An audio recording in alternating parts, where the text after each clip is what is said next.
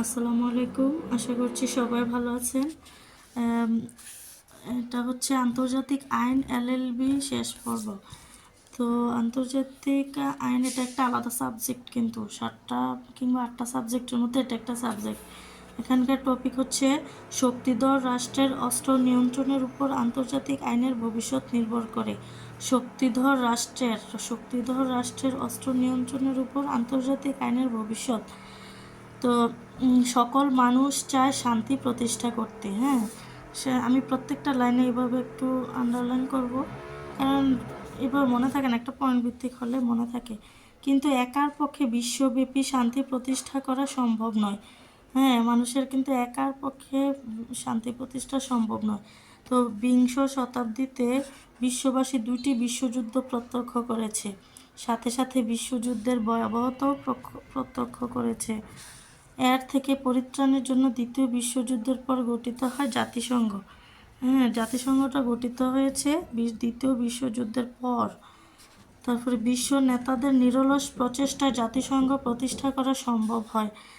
সারা বিশ্বের নেতারা মিলে এটি প্রতিষ্ঠা করে। এর অন্যতম উদ্দেশ্য ছিল বিশ্বব্যাপী শান্তি স্থায়ী প্রতিষ্ঠা করা। জাতিসংঘের মাধ্যমে আন্তর্জাতিক আইন বাস্তবায়ন করা হয়। এটা জাতিসংঘের কাজ হচ্ছে, এর মাধ্যমে আন্তর্জাতিক আইন বাস্তবায়ন করা হয়। এক দেশ থেকে আরেক দেশের নিয়ন্ত্রণ, যেটা আর কি। আমেরিকা এটার সুবিধাগুলো জানিচ্ছে। বিশ্বের অনেক দেশ এখন মরণাস্ত্রের অধিকারী। মরণাস্ত্র বলতে ওই যে পারমাণবিক বোম, এর অন্যতম একটি হলো পারমাণবিক, ওই যে আসলো পারমাণবিক বোমা।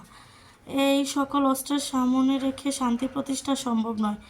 হ্যাঁ, শান্তি প্রতিষ্ঠা, যার ফলে আন্তর্জাতিক আইন দ্বারা এই অস্ত্র সীমিত করার চেষ্টা চালানো হয়। আন্তর্জাতিক আইনের মাধ্যমে মানব সভ্যতাকে টিকিয়ে রাখতে হলে অস্ত্র আইনের প্রতিযোগিতা বন্ধ করতে হবে। অস্ত্র আইনের প্রতিযোগিতা এটা এক দেশ দুই দেশ মিলে সম্ভব নয়, এটা জাতিসংঘের মাধ্যমে ঐক্যবদ্ধ হয়ে করতে হবে আর কি।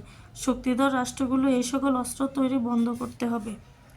তো বর্তমানে অনেক ক্ষেত্রে ক্ষমতাধর রাষ্ট্রের ইচ্ছা অনুযায়ী আন্তর্জাতিক আইন পরিচালিত হয়। এই যে কিছুক্ষণ আগে বললাম, আমেরিকা নানান দেশের মাধ্যমে ফায়দা নিতেছে, অর্থাৎ তারা নিজেদের সুবিধা মতো আন্তর্জাতিক আইন ব্যবহার করে।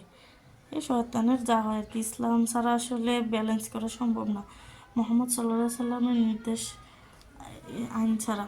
তাই তো বলা হয় শক্তিধর রাষ্ট্রের অস্ত্র নিয়ন্ত্রণের উপর আন্তর্জাতিক আইনের ভবিষ্যৎ নির্ভর করে। বুঝছেন, মূল টপিক হচ্ছে আন্তর্জাতিক আইনের ভবিষ্যৎ নির্ভর করে শক্তিধর রাষ্ট্রের অস্ত্র নিয়ন্ত্রণের উপর নির্ভর করে।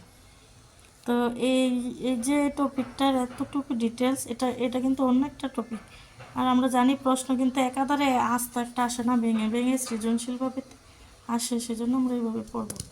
তো আল্লাহ হাফেজ। পরবর্তী ভিডিওতে আমি যে আইন বিজ্ঞানের মিলীয়মান বিন্দু এটা পড়ব।